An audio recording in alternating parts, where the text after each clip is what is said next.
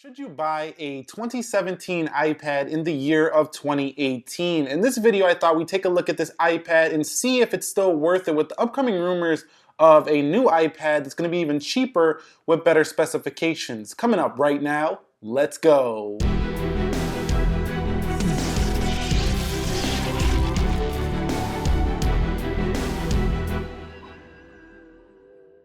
Okay, so the first thing I think we should discuss here is the hardware, the actual build quality of the iPad 2017, if it's still worth it. Okay, so let's talk about the hardware with the 2017 iPad. So you do get that slight gap in the display that we're used to seeing on the iPads here, or at least the 2017 edition, which was the big issue to a lot of people. But in my time using this, ever since day one, this iPad has always been a nice build quality for the price that you pay for it. It definitely has a nice texture to it. It's aluminum, just like the 6S Plus, just like the 6 Plus, just like any of the previous iPhones.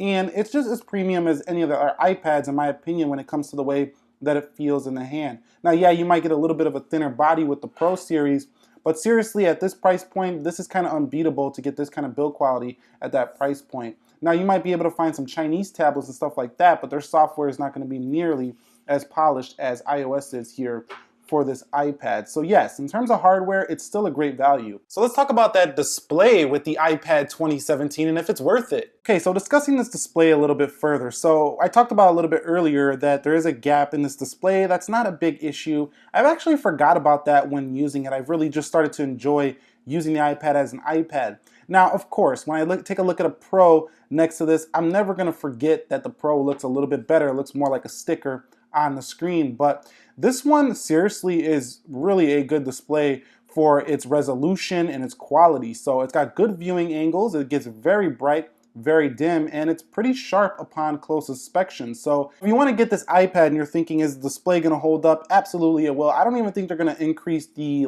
resolution out over the current resolution in the new iPads. They might. We'll have to see if they go OLED. But if they don't, you're basically going to be on the par. So let's go ahead and discuss software now with the iPad 2017. Okay, so what can I say about software here with the iPad 2017? Well, I think that the iPad 2017 definitely improved the overall experience when it went to iOS 11. So if you're planning on buying this guy right now, the software is actually better than when you could first purchase this iPad. So it's actually a better software experience. Now, the software on the iPhones hasn't been great, but for the iPad, it definitely improved it due to the dock, the ability to move applications wherever you want them on the screen. You also have the ability to just go ahead and multitask a lot easier. And this iPad on the whole, ever since you got the iOS 11, definitely is something that I would say is top of the line when it comes to tablet software. There's not really many tablets that are competing in the software department with iPad, and it's been that way ever since the inception of the iPad. Although tablets are declining, this is a great value when it comes to software on a tablet. Yes, it's not as powerful as a Surface, but again, it's smoother and it runs way more applications than a Surface ever will. So does it perform well in 2018? So piggybacking on software, what about the performance? Well, I basically have no issues with the performance here. It was a little bit spotty when iOS first dropped here on the 11 version, but ever since, a few updates, they've smoothened things out, and it's not bad at all in performance. There is some stutter here and there. This is still an A9 CPU with 2 gigs of RAM. It's not a Pro Series iPad. It's not the A9X. It's not the A10X. It's none of those chips. But it's still plenty fast on the day-to-day, and I don't see any issues using this guy. So performance should still be strong even if you bought it right now. Battery life. So discussing the battery life a little bit further, still getting around 9 to 10 hours of on-screen time even after the iOS 11 update. However, I noticed that it's definitely just making it. Whereas when I first got this on iOS 10, it was easily going over the rated hour of 10 hours. I was getting like 10 hours, 30, sometimes 11 hours. And I dropped to around 9.5 to 10. So even though it's still getting close to what it's rated in terms of the battery life, it's not exceeding like it usually does on an iPad. And so what that means is overall, since launch, it has had a decrease in battery performance.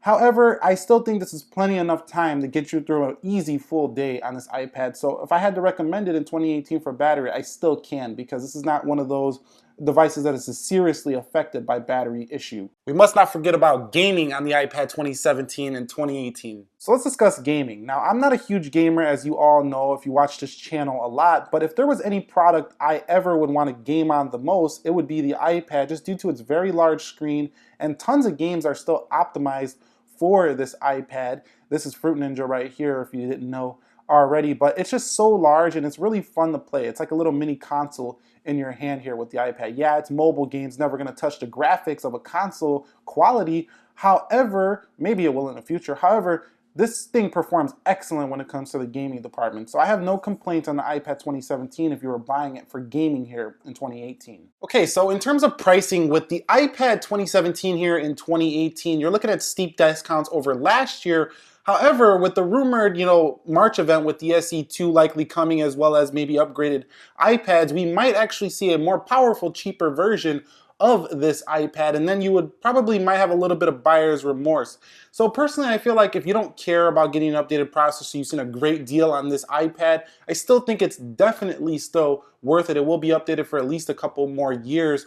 But if you're just itching for better specifications, you don't see that much value in an A9 CPU and 2 gigs of RAM here in 2018. And also they slowed down some phones with the A9, so that might be true here for the iPad as well going forward. You might want to wait on that newer one. But if not, go for it. It's still a great iPad. And if you found this video helpful, enjoyable, do me a favor, click that like button for me. And if you're new here, consider subscribing to the channel for more tech videos like this. Nick here helping you to master your technology. Be sure to be well. I'm out of here. Peace.